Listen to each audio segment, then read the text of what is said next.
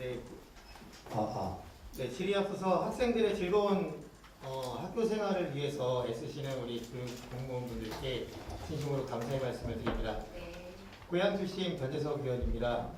학교 생활 교육과장님께 질의 드리겠습니다. 선생님 안녕하세요. 네, 앉아서 하셔도 될 것 같습니다. 감사합니다. 학생생활교육과장 박자인입니다. 우리 과장님 학교 폭력이 점점 더 심각해지고 있죠. 네, 맞습니다. 네, 학교 폭력이라는 것이 현재만의 문제가 아니라 아주 오래전부터도 계속 지속되어 오던 고질적인 문제일 텐데요. 학교 폭력을 하는 이유에 대해서 교육부에서 조사한 자료를 보니까 가장 높게 나온 것이 장난이나 특별한 이유 없이가 첫 번째로 나왔더라고요. 네, 장난이라는 명목 하에 예전에 단순한 폭력이나 따돌림이 주였다면 현재는 괴롭히는 행위와 방식이 다양해지고 그리고 수위가 높아진 것 같아요. 네, 그래서 조금 심각한 상황을 말씀드려 볼게요. 정신건강의학과 박종석 전문의가 쓴 칼럼을 제가 우연히 봤거든요. 그랬더니 중학교에 다니는 아이가 위센터에 찾아와서 상담을 했어요. 이 아이는 학교폭력을 당하고 있었는데 매주 2만원씩 월 8만원에서 10만원 정도를 상납하고 있었고 그리고 이를 거부하면 폭행을 당했어요. 자, 부모님께 거짓말로 돈을 계속 마련하다가 더 이상 힘들어지니까 중고나라에서 사기를 쳐서 상납금을 주기 시작합니다. 자, 사실이 알려지면서 이 아이는요 학교를 떠나게 됐어요. 징계를 받고. 그래서 가해자는 누구도 처벌받지 않았고요. 문제는 가해자는 누구도 처벌을 받지 않았다는 거죠. 네. 이에 어머니가 담임선생님께 들은 말은 애들 문제에 개입하기 힘든 부분이 있다. 물론 저도 인정하지만요. 학교에 명예가 있으니 언론에 알리지 마라 라고 이야기를 했대요. 자, 경찰 역시 증거가 없어서 그동안 이렇게 SNS나 이런 걸 모아주지 않았기 때문에 힘들다는 말만 반복했었고 그 아이의 반 친구들 역시 다음 차례가 자기가 될까봐 쉬쉬하는 그런 분위기로 그냥 덮어졌습니다. 과장님, 왜 가해자들은 아무 이상 없이 학교를 잘 다니고요, 피해자는 처벌을 받고 전학을 갔을까요? 이 부분, 이런 사례에 대해서 견해가 어떠신지 한번 여쭙고 싶습니다. 지금 그런 현상에 대해서는 학교에서 조금 더 면밀하게 관찰이 되었어야 하지 않나 생각이 듭니다. 우리 과장님께서는 학교 폭력이 발생했을 때 네. 가해자를 어떻게 처우할 것인가 그리고 피해자를 어떻게 보호할 것인가에 대해서 생각해 본 적 있으십니까? 저희가 하는 업무가 피해자 보호와 가해자에 대한 선도입니다. 네. 네.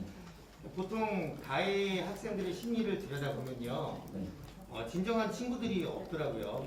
그리고 자존감이 낮은 경우가 많고, 그래서 지속적인 관심과 대화, 그리고 활발한 학교 체육 활동이나 음악 활동, 이런 것들을 적극 권장하고 있는 걸로 알고 있는데요. 학교에서도 진행 중인 걸로 알고 있고요. 임태희 교육감님이 학교 폭력을 교육적으로 해결하겠다라고 이야기한 걸 알고 계시죠? 네. 네, 저도 동의하는 바입니다. 그런데 조금 전과 같이 이렇게 심각한 사례에서는 이거 어떻게 해야 되죠? 심각한 사례가 지금 제대로 조사가 안 됐다는 것 자체가 문제인 것 같습니다. 그것에 대해서는 다시 한번 알아보도록 하겠습니다. 근데 이런 사태가 그 학교에서 이제 지원청으로 올라왔잖아요. 그죠? 네. 근데 이거를 조사를 좀 세밀하게 좀 해줄 필요가 있을 것 같습니다. 네, 이런 부분뿐만이 아니라 여러 사례로 나타나고 있는 것 같아요.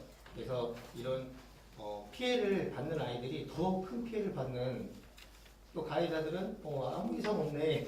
물론 제도적인 문제도 있겠지만요. 그렇지만 이런 어른들의 관심은 필요할 거라고 봅니다. 네, 맞습니다. 네. 근데 진짜 고생이 많으실 것 같아요. 미리 교육을 통한 예방도 중요하지만 방금 말씀드렸던 것처럼 피해 아동이 이것으로 인해서 살아가는 데 있어서 트라우마가 되면 안 될 거라고 봅니다. 한 가지 더 질의를 드릴게요. 네. 혹시 스쿨미트라고 아십니까? 네, 알고 있습니다. 네. 3년간의 자료를 보니까요. 이렇게 보니까 교원에 의해 발생한 성희롱, 성폭력이 되게 심각하게 우려스러워요. 네, 근데 가해 교사들 상당수가 학교에 그대로 남아있던데 이분들에 대한 다른 조치 또는 지금 하고 계신 어떤 대비책이라는 대비책일 수도 있겠지만 뭐 그런 부분들이 있으십니까? 학교에 남아있는 경우는 제가 알기에는 실제 알려진 것보다 굉장히 조사를 하든지 법원에서 최종 판결이 굉장히 경미하게 나는 경우, 그런 경우는 남아 계시는 걸로 알고 있습니다. 경미하다는 게 어떤 부분을 말씀하시는 거죠? 어떤 정도를? 지금 예를 들어서 알려진 것은 뭐 이렇게 알려졌는데 나중에 법원 판결로는 무혐의가 났다든지요. 그 다음에 그런 정도의 판결이 났을 때는 다시 학교로 오시는 걸로 알고 있습니다. 이제 외부에서는 감싸주기를 한다는 말도 있던데 이 부분에 대해서 어떻게 생각하세요? 네. 감싸주기를 한다는 말도 있던데 외부에서는요. 이 부분에 대해서 어떻게 생각하세요? 감싸주기요? 학교 내에서 감싸주기를 하고 있다. 감싸주기. 그리고 또 하나는 아이들이 이런 거에 대해서 어필을 해도 교사분들끼리 쉬쉬하는 경우, 그리고 그 말에 대해서 아이의 말에 대해서 심하게 받아들이지 않는 경우, 물론 전체가 그렇다고 보지 않고요, 소수가 그렇다고 봅니다. 이런 경우 그 안에서 좀 이렇게 감싸주기 하는 분위기가 있다는 얘기가 있어요, 제보가. 원칙적으로는 저희가 감싸주기는 굉장히 없는 걸로 알고 있습니다. 교육청 규정 자체가 엄벌입니다. 성문 사안에 대해서는. 네, 있어서는 안 되는 사건이죠. 네. 소중한 딸들을 학교에 맡겼잖아요. 그 때문에 우리 그 학교 내에서 이제 어른들이 보호자가 당연히 돼야 되는 거고요. 네. 그리고 최종적으로 우리 국장님하고 그리고 가장 여기 계신 분들이 도와주셔야겠죠. 성폭력을 하는 교사는요 엄중히 처벌을 받을 수 있도록 좀 부탁드릴게요. 네, 알겠습니다. 교단에 서서는 안 되는 분들이라고 생각합니다. 네, 그 전에 미리 철저한 뭐 지금도 하고 계시겠지만 그 교육연수국하고 좀 긴밀히 협의하셔서 교사 교육 부분에서도 좀 신경 써주시길 부탁드리겠습니다. 네, 알겠습니다. 네, 감사합니다. 과장님 고생하셨습니다. 네, 감사합니다. 네, 이상 질의를 마치겠습니다. 약간 오전에 학교폭력 관련해서 가해자와 피해자의 관계 회복을 위해서 노력을 하고 있다라고 말씀을 하셨고요. 그리고 내년에는 그 노력을 좀 더 강화하겠다라고 말씀하셨습니다. 네, 맞습니다. 그리고 관계 회복을 위해서 지금 어떻게 시행하고 계셨었는지, 그리고 앞으로 어떻게 시행할 예정이신지를 좀 간단하게 말씀해 주시면 좋겠습니다. 네, 의원님 질문에 답을 드리겠습니다.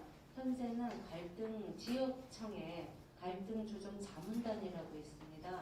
그분들을 이제 학교에서 필요시에 신청을 하면 그분들이 그 피가해 학생들을 갈등 조정 를 하고 있습니다. 근데 앞으로는 이거는 이제 신청했을 때고, 앞으로 저희 경기도의 교육청에서는 그 교육적 해결이 중요하기 때문에 그 학교폭력법에 따른 절차의 그 단계 하나에 그 갈등 조정, 관계 회복 단계를 집어넣으려고 하고, 더 나아가서 이게 교육부 차원에서도 저희가 이제 공문을 보냈는데 이건 경기도만의 문제가 아니라 전국적인 문제고 필요하다고 생각해서 법 개정도 저희가 추진해 보려고 합니다. 그래서 아마 12월이나 1월, 2월 정도에는 경기형 사안 처리 매뉴얼에 관계 회복 단계를 집어넣어서 사안 처리 매뉴얼을 만들고자 합니다. 그럼 간단하게 말해서 그 가해자가 피해자한테 뭐 사과하는 개념인가요? 그렇지는 않습니다. 그러니까 뭐 사과도 할 수 있고 양쪽 의견을 다 물어서 거기서 만약 그게 갈등적인 문제라면 거기서 조정을 하고 관계 회복을 하려고 하는데, 예를 들어서 아이들이 이제 학폭이 일어났다고 신고했는데 그 다음날 되면 이 두 아이는 친하게 지내는 거예요. 친하게 지냈는데 지금 당장은 3일간은 무조건 분리를 하거든요. 분리를 하다 보니까 그렇게 친하게 지내거나 사과를 하거나 서로 이제 이해를 하거나 이런 과정이 없습니다. 그러다 보니까 학폭 사안으로까지 크게 번지는 경우가 생겨서 그 전에 화해할 거는 화해할 수 있도록 그 단계를 절차에 삽입하고자 합니다. 제가 우려했던 거는 좋은 말씀 감사하고요. 제가 우려했던 거는 그러니까 이런 현장에서 이런 경우가 있지 않습니까? 가해자에게 피해자 아이한테 사과해라. 그래서 사과를 했으니까 잘 지내라. 라고 종료하는 경우가 되게 많이 일어나고 있어요. 근데 사과라는 것이 그 사과를 받는 사람이 마음이 열리고 그리고 그 사과를 받아들일 준비가 돼야 그게 사과고 사과를 하는 사람이 그냥 사과를 했다고 해서는 그거는 본인 마음 편안하려고 하는 거지 않습니까? 궁극적으로 말씀드리면. 그래서 그냥 단순하게 그냥 사과하고 넘어가고 이렇게 하면서 또 상처받는 아이들이 좀 있어요. 네. 그래서 어떤 식으로 진행을 하실 건지 궁금해서